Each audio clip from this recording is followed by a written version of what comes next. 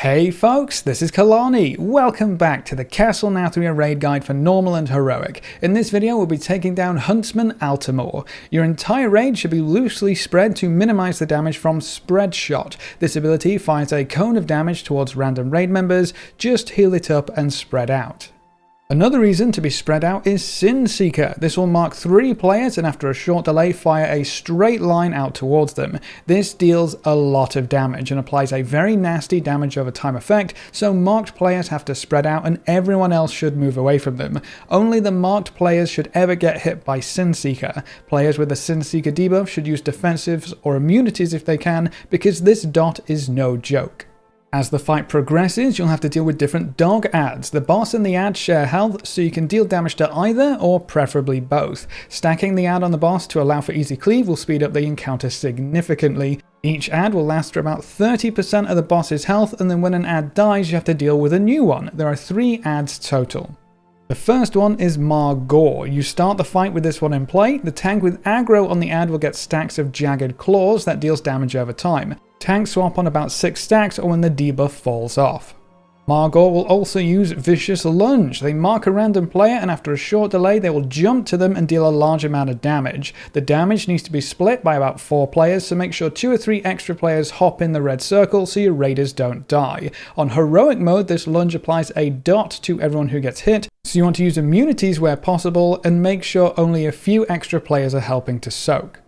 After Margot dies, Bargast will join the fray. The main ability to watch out for here is Rip Soul. This deals damage to the tank with aggro and spawns a soul at their location. This soul will try to reach Altimor, and if it does, it's almost a guaranteed wipe. To prevent this, the soul needs to be healed up, and the starting health of the soul is dependent on the tank's health when Rip Soul is used. So keep the tank topped off, make sure the max health, and the tank should also use a big cooldown as the Rip Soul is cast, and then the healers need to hyper-focus the soul before it gets to the boss. You should also take the add away from the boss before Rip Soul is cast to give your healers plenty of time to heal up the soul. On heroic mode, the soul will also deal constant AoE damage to the raid, making it even more important to heal it up as quickly as possible.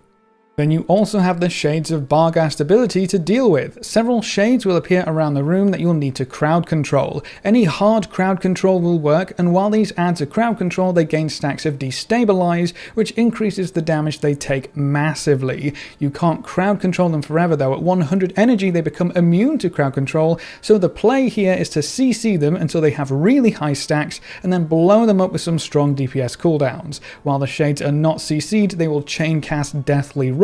This has to be stunned, otherwise you will probably wipe.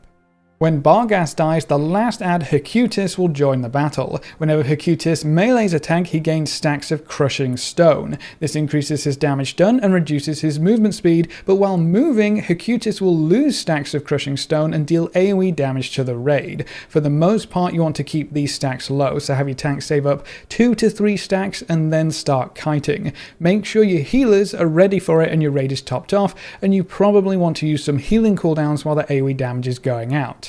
In this last phase, you'll also have to deal with Petrifying Howl. Random players will be targeted with a large yellowish circle which deals damage and slows their movement speed. When the effect expires, you drop a big AoE on the floor, and this persists for the rest of the fight. So take this to the edge of the room to maximize your available space. And that's all you should need to take down Huntsman Altimor on normal and heroic. Stay tuned for more boss guides covering the rest of the raid. A big thank you to all of our supporters over on Patreon and to everyone who has subscribed on Twitch. You can see their names floating by on screen. If you want to catch us live, pop on over to twitch.tv/KalaniTV. We do a bunch of stuff as well as stream our Mythic Progression raids. Thanks for watching folks, good luck and have fun, and as always I will see you next time.